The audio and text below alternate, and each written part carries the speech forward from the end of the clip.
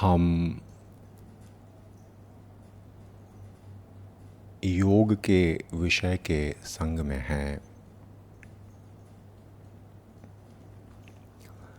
अनेकों प्रकार के योगों में सबसे महान सुयोग या जिसे हम महानतम योग भी कह सकते हैं, वह योग है गुरु का संग हो जाना या गुरु को मिल लेना।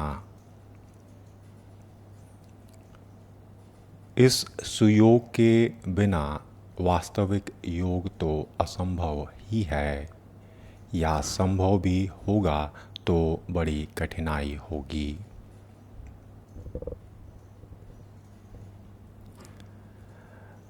गुरु प्राप्त करना और गुरु के पास पहुंच जाना, यह सब क्या है? आइए इस विषय पर महापुरुषों के द्वारा कहे गए उद्धरणों से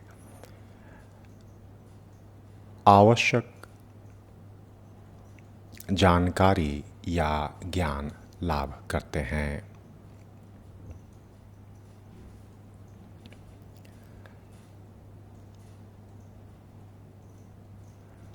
महापुरुषों ने कहा कि गुरु प्राप्त करने की दिशा में प्रयास प्रारंभ करने के पूर्व ही एक व्यक्ति को अच्छी तरह यह जान लेना चाहिए कि गुरु की खोज किस हेतु से प्रेरित होकर आप कर रहे हैं।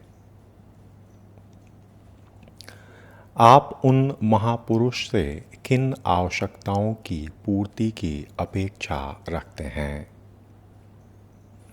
आपकी खोज के अभिप्रेरक तत्व क्या हैं? क्या आप अंतरात्मा की जागृति की भावना से प्रेरित हैं, या वर्तमान जीवन की प्रतिकृति में सिर्फ एक ज्ञानी व्यक्ति के ज्ञान, उपस्थिति या परोपकारिता के भावों को शामिल करना चाहते हैं? क्या आप शारीरिक या मानसिक रोग, बेरोजगारी अथवा आर्थिक समस्याओं से उत्पन्न गहरी निराशाओं से मुक्ति पाने हेतु गुरु की खोज कर रहे हैं?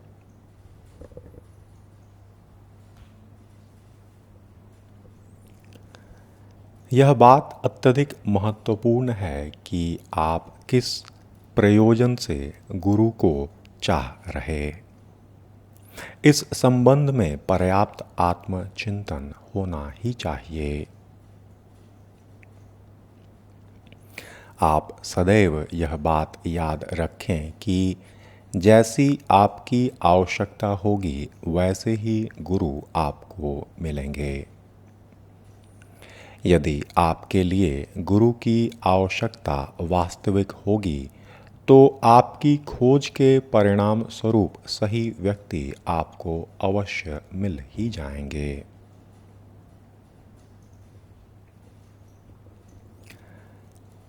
आगे महापुरुष बताते कि उदाहरण के लिए आप आध्यात्मिक जीवन के उच्चतम लक्ष्य के अनुभव की इच्छा कर सकते हैं, तथा मन और बुद्धि जनित विभ्रम के कारण ऐसा सोच सकते कि आप इस हेतु तैयार हैं, किंतु वास्तव में आध्यात्मिक विकास की दृष्टि से आप निम्नतम स्तर पर स्थित हो सकते हैं। ऐसी स्थिति में आप उच्चतम स्तर से ही कैसे प्रारंभ कर सकते? मान लिया कि किसी दिन उन्माद में आकर आप तंत्रिका शल्य चिकित्सक बनने का निश्चय कर बैठे। ऐसी स्थिति में क्या यह व्यवहारिक होगा कि आप उस विषय के एक महान विशेषज्ञ के पास जाकर उनसे निवेदन करें कि वे तत्क्षण आपको शल्य चिकित्सा का प्रशिक्षण देने लगें? वे कदापि ऐसा नहीं करेंगे। वे आपको सर्वप्रथम आधारभूत शरीर रचना विज्ञान सीखने की सलाह देंगे।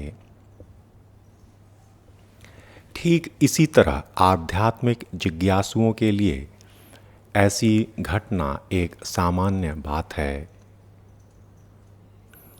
कभी कभी हम अति उत्साहित हो जाते हैं तथा गुरु खोजने एवं ज्ञानोदय प्राप्त करने हेतु शीघ्रता से हिमालय, ऋषिकेश या अन्य स्थानों की ओर प्रयाण का निर्णय भी ले लेते हैं। परिणाम स्वरूप हम अनेक दुर्घटनाओं को भोग कर तथा बुरी तरह निराश होकर वापस लौटते भी हैं। अतः अपनी व्यक्तिगत विकास यात्रा में गलतियों, दुर्घटनाओं एवं पश्चातापों से बचने के लिए आपको शनैः शनैः क्रमबद्ध रूप से अपनी दिशा तथा आवश्यकताओं का निर्धारण करना होगा।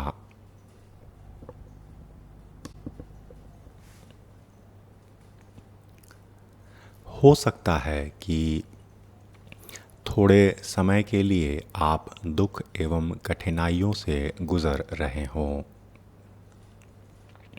जब हम कठिन दबावों के प्रभाव में होते हैं तो प्रायः हमारे अंदर कुछ जग उठता है और हम जीवन को एक भिन्न दृष्टिकोण से देखने लगते हैं।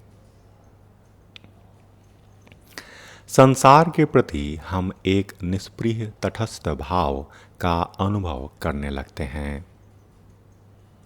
हमें प्रत्येक वस्तु में क्षण भंगुरता का अनुभव होने लगता। अतः हम उन सभी वस्तुओं के प्रति उदासीन रहने लगते हैं जिनके लिए कभी हम में तीव्र ललक हुआ करती थी। ऐसे विचारों के प्रभाव में आकर हम गुरु खोज सकते हैं एवं संन्यास भी ले सकते हैं, किंतु अपने क्षणिक मानसिक सदमे से उबरते ही हम पाते हैं कि हमारी इच्छाएं, महत्वाकांक्षाएं एवं वासनाएं त्वरित गति से वापस आ रही हैं। तब हम अनुभव करते हैं कि यदि हम अपनी आवश्यकताओं का ठीक से विश्लेषण करते तो गुरु की खोज की हमारी दिशा उपरोक्त लक्ष्यों से निर्धारित होती, अन्य से नहीं।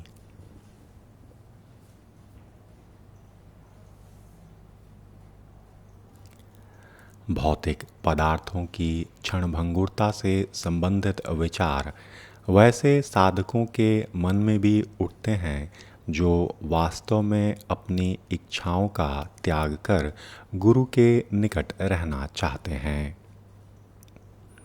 परंतु ये विचार किसी विशेष समय की परिस्थितियों के परिणाम नहीं होते, बल्कि ये तो जीवन के लक्ष्यों एवं उद्देश्यों की उनकी गहन समझदारी से उत्पन्न होते हैं। एक बार निर्णय ले लेने के बाद कठिनाइयों का सामना होने पर पीछे मुड़ने या भटकने का प्रश्न ही पैदा नहीं होता।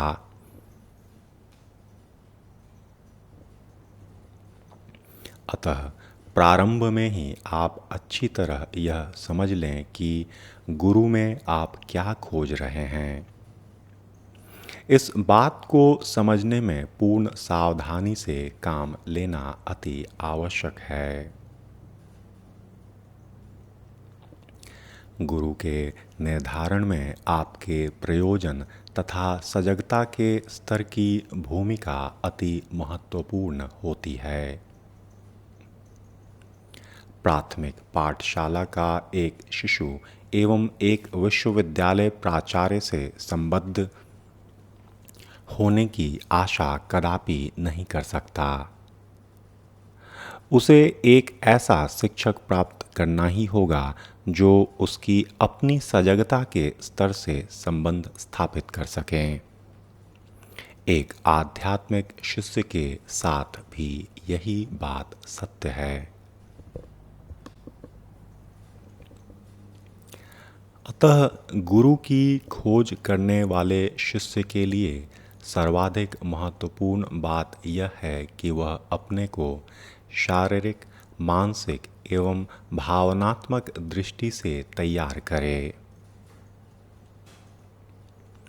इस हेतु सर्वोत्तम उपाय यह है कि आप आध्यात्मिक विषयों पर होने वाले सत्संग, प्रवचन, व्याख्यान एवं वार्तालाप में अधिकाधिक भाग लें। आप ऐसे महान ज्ञानी पुरुषों की खोज में अवश्य रहें जो धर्म ग्रंथों द्वारा उद्घाटित जीवन के रहस्यों तथा मौलिक सत्यों की व्याख्या कर सकें। और तब आपको आत्म परीक्षण एवं स्वयं से सकारात्मक प्रश्न करने हेतु प्रेरित कर सकें।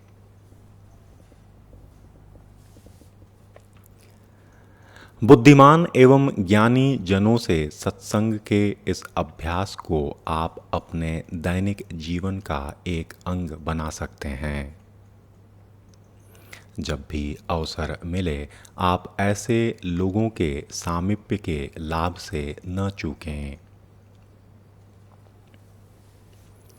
सत्संग का शाब्दिक अर्थ है सत्य से संगति।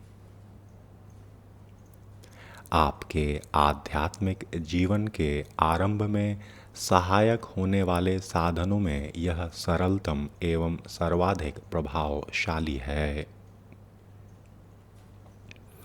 यह एक सर्वविदित बात है कि जब भी हम सकारात्मक प्रभावों के संपर्क में आते हैं हम उसी दिशा में अपना विकास करने हेतु प्रेरित भी होते हैं। सत्संग में शामिल होने के साथ साथ आपको कुछ व्यक्तिगत साधना या यौगिक अभ्यास नियमित रूप से भी करना चाहिए। कुछ समय के बाद आप पाएंगे कि आपकी समझदारी अधिक स्पष्ट एवं आपका निर्णय अधिक सही है।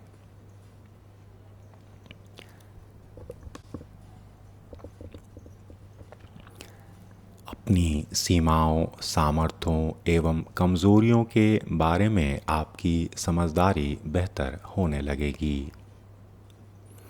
लेकिन सबसे महत्वपूर्ण बात यह होगी कि आपके सामने आपका लक्ष्य या उद्देश्य स्पष्ट होने लगेगा।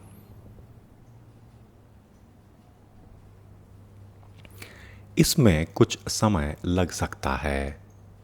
प्रतीक्षा और धैर्य नितांत आवश्यक है।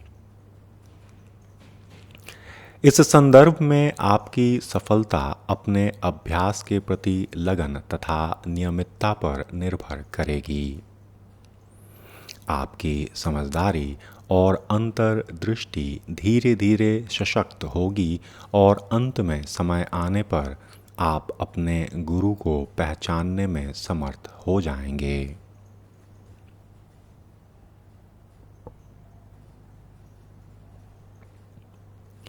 महापुरुष आगे बताते कि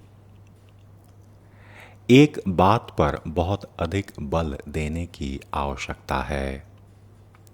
वह यह है कि सीमित सजगता के साथ गुरु का चयन नहीं किया जाना चाहिए। जब तक आपकी सजगता आशंकाओं, दुखों, चिंताओं तथा संदेहों से मुक्त न हो जाए तब तक गुरु का वरण करने में विलंब करना ही श्रेयस्कर है।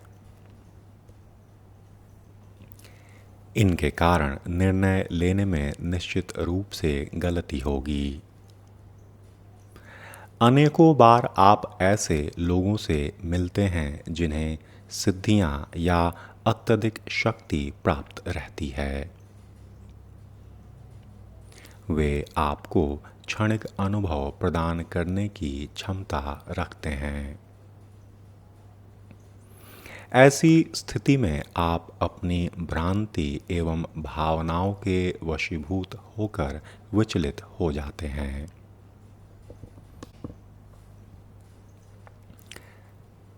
ऐसे लोगों के साथ आप गहरा लगाव भी अनुभव कर सकते हैं, किंतु वे निश्चित रूप से वैसे गुरु नहीं हैं जिनकी आप खोज कर रहे हैं।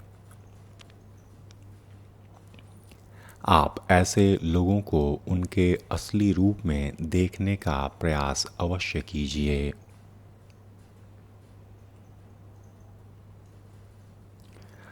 अपना वास्तविक गुरु पाने के पूर्व आपको ऐसे अनेक अनुभवों से गुजरना पड़ सकता है। आपको ऐसे अनुभवों के सकारात्मक प्रभावों को मात्र ग्रहण करना चाहिए, लेकिन आप वास्तविक रूप से तब तक प्रतिबद्ध न हों जब तक कि आप पूर्णतः आश्वस्त न हो जाएं। व्यक्ति इस संबंध में तभी निःसंशय और तैयार हो सकता है जब उसकी समझदारी शुद्ध और बहुत हद तक स्पष्ट हो जाए।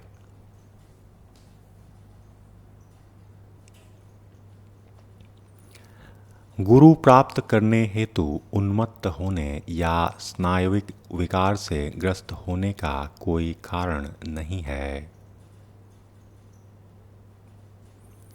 आप सत्संग और साधना द्वारा अपने को तैयार कीजिए। अनेक योग शिक्षक आपको अपने घर पर अभ्यास करने योग्य यौगिक क्रियाओं के बारे में सलाह भी दे सकते हैं। इसी प्रकार ज्ञानी लोगों के सत्संग में भाग लेने के भी पर्याप्त अवसर मिलते हैं।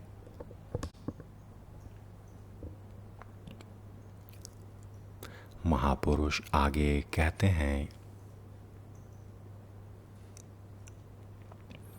आप किसी गुरु के पास सिर्फ मंत्र के लिए या अपने आध्यात्मिक एवं भौतिक जीवन में समय समय पर आने वाली कठिनाइयों के संबंध में सलाह लेने हेतु जा सकते हैं। जो ही आपकी सजगता बढ़ेगी और समझदारी गहरी होगी, आपको अपना मार्ग और गुरु अनायास ही मिल जाएंगे।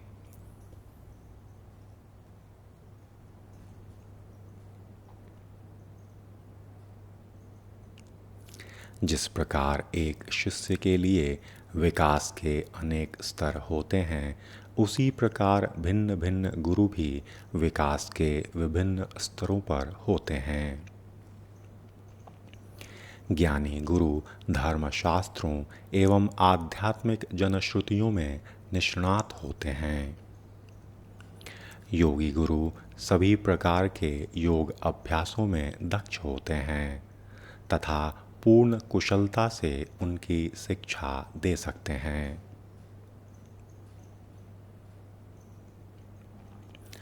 तांत्रिक गुरु उन तरीकों में निपुण होते हैं जिससे वे आर्थिक एवं अन्य कठिनाइयों का उन्मूलन करा सकते। तथापि यदि आप उच्चतम अनुभूति प्राप्त करना चाहते हैं, वास्तव में इसकी कामना करते हैं और इस हेतु सर्वस्व त्यागने के लिए भी तत्पर हैं, तो आप निश्चित रूप से एक ब्रह्मनिष्ठ गुरु की खोज करें। ब्रह्मनिष्ठ गुरु सदैव ब्रह्म या अंतिम सत्य में लीन रहते हैं और ऐसे गुरु दुर्लभ होते हैं। यदि आपको कोई ऐसे गुरु मिल जाएं और आप उनकी विशेषताओं को पहचानने में सफल हो जाएं, तो आपको समझना चाहिए कि आप बहुत बहुत भाग्यवान हैं। ऐसा हो सकता कि आप ऐसे लोगों से कई बार मिल चुके हों, किंतु अपनी बुद्धि एवं विभेदन क्षमता के संदेह एवं दम्भ द्वारा आच्छादित होने के कारण आप उन्हें न पहचान सके हों।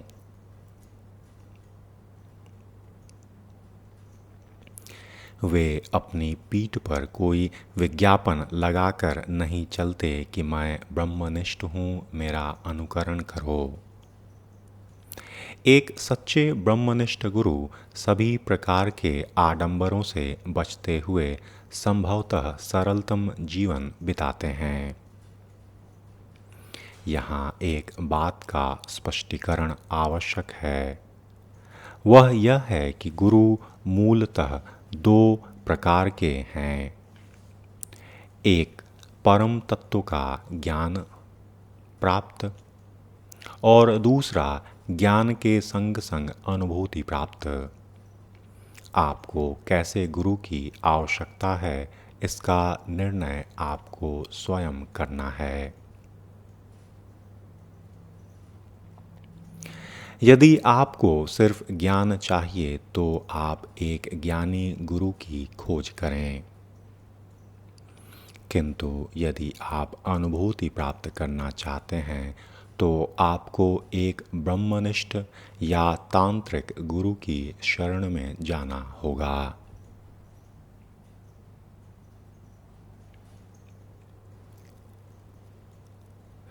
प्रायः हम पाते हैं कि अपने विकास के स्तर या अपनी सही आवश्यकताओं का निर्धारण करना शिष्य की क्षमता के बाहर की बात होती है।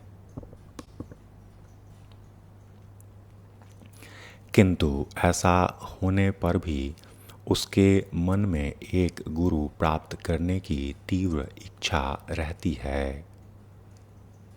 ऐसी स्थिति में सर्वोत्तम उपाय यह है कि व्यक्ति एक ज्ञान संपन्न गुरु के पास जाए। वे आपके विकास के स्तर को समझने तथा आपकी आवश्यकता अनुसार आपका मार्गदर्शन करने में सक्षम होंगे। किंतु यदि आप उनमें विश्वास करते हैं तो आप सदैव याद रखें कि उनका आदेश निर्देश आपके लिए अंतिम सत्य है। वे आपको संन्यास लेकर आश्रम में रहने की आज्ञा भी दे सकते हैं या आपकी साधना से संबंधित निर्देश देकर घर वापस भी भेज सकते हैं। आश्रम में आपको बहुत उत्तरदायित्वपूर्ण कार्य दिया जा सकता है या सिर्फ यह कहा जा सकता कि पाकशाला में दिन रात सब्जी काटो। इनमें से किसी भी कार्य से शिष्य के मार्ग में न तो अवरोध होना चाहिए और न उसके अहंकार में ही वृद्धि होनी चाहिए, क्योंकि केवल गुरु जानते हैं कि उसे कोई विशेष कार्य क्यों दिया गया है। कुछ दिनों के बाद शिष्य को तो पता चलेगा कि गुरु उसकी गहरी प्रकृति को अन्य किसी व्यक्ति की तुलना में बेहतर ढंग से समझ सके हैं। प्रायः अपने पूर्व जीवन में शिष्य एक गुरु के साथ रह चुका होता है, किंतु वर्तमान जीवन में उसे गुरु से किसी संपर्क के बिना कुछ अनुभवों से गुजरना होता है। एक बार इन अनुभवों से गुजरने के बाद गुरु के प्रति व्यक्ति की उत्कंठा बढ़ने लगती है। यह स्थिति कुछ हद तक भूख से रोते हुए बच्चे के समान है। माँ उसका रोना सुनती है, किंतु वह जानती उसे दूध पिलाने का समय अभी नहीं है। इसी प्रकार मानव जीवन में भी गुरु के अभ्युदय का भी एक सही निश्चित समय होता है। वह सही वक्त और मुहूर्त आते ही आपको भी गुरु मिल जाएंगे।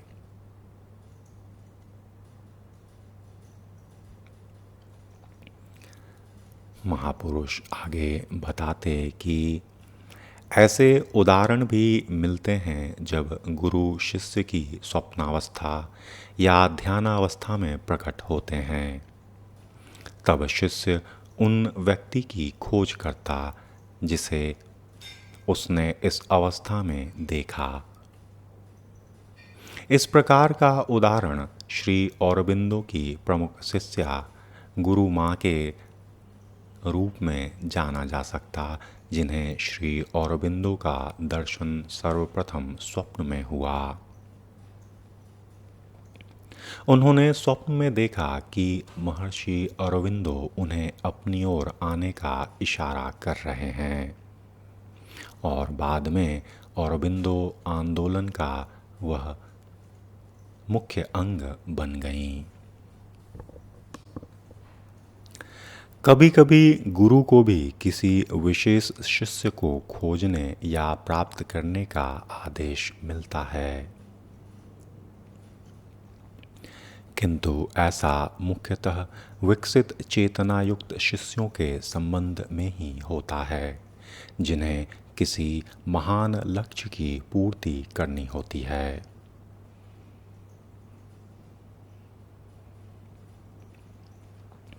हम सभी रामकृष्ण परमहंस एवं स्वामी विवेकानंद की कहानी तो जानते ही हैं। रामकृष्ण अपने शिष्य की खोज में थे। जब वे कलकत्ता के एक कुलीन युवक नरेंद्र नाथ से मिले तो तत्क्षण समझ गए कि वे ही उनके महान लक्ष्यों को पूरा करेंगे। नरेंद्र नाथ ही आगे चलकर विवेकानंद हुए। उन दिनों विवेकानंद पूर्णतः बुद्धिवादी थे। वे रामकृष्ण की अनेक बातों तथा क्रियाकलापों से सहमत भी नहीं होते थे। उनके विचार तथा प्रतिक्रियाएं उनकी बुद्धिवादिता से प्रभावित होती। इसके बावजूद उनका हृदय सम्मोहित होकर रामकृष्ण की तरफ खिंचा चला जाता। युवक नरेंद्रनाथ इस रहस्य को नहीं समझ पाते थे, अतः उन्हें अत्यधिक मानसिक द्वंद्व से गुजरना पड़ता। धीरे धीरे परिस्थितियां ऐसा रूप लेती गईं कि अंत में विवेकानंद को अपने आप को गुरु को समर्पित करना पड़ा और इसके आगे की कहानी एक इतिहास ही है। हमें स्वीकार करना होगा कि ऐसी महत्वपूर्ण घटनाओं का निर्धारण उच्चतर शक्तियों द्वारा होता है। उचित समय आने पर ये घटनाएं अपने आप एक निश्चित स्वरूप लेने लगती हैं। आप स्वतः अपने गुरु के पास पहुंच जाते हैं। आप जैसे ही उन्हें देखते हैं, आपका हृदय, उनकी आत्मा उनसे जा मिलती है। उस समय आपके सारे संदेह निर्मूल हो जाते हैं। दो हृदयों के मिल जाने के उपरांत सारे प्रश्न समाप्त हो जाते। जब हम बुद्धि के क्षेत्र में रहते हैं, तभी प्रश्नों, संदेहों एवं विभिन्न प्रकार के भय से परेशान होते हैं।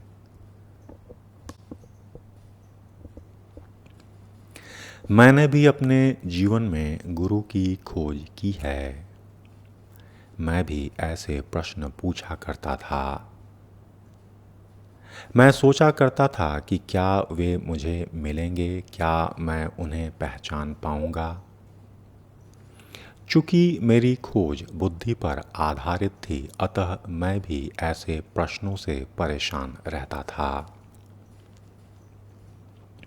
अपने व्यक्तिगत अनुभव के आधार पर मैं कह सकता हूँ कि ऐसे सभी प्रश्नों का एक ही उत्तर है कि प्रश्न करना ही बंद कर दिया जाए। अपने अंदर झांका जाए, अपने अभ्यासों को तीव्र किया जाए, बढ़ाया जाए। लगनशील साधक बनने का सामर्थ्य प्राप्त किया जाए। ऐसा होने पर संसार की कोई भी शक्ति हमें अपने गुरु से अलग नहीं रख सकेगी।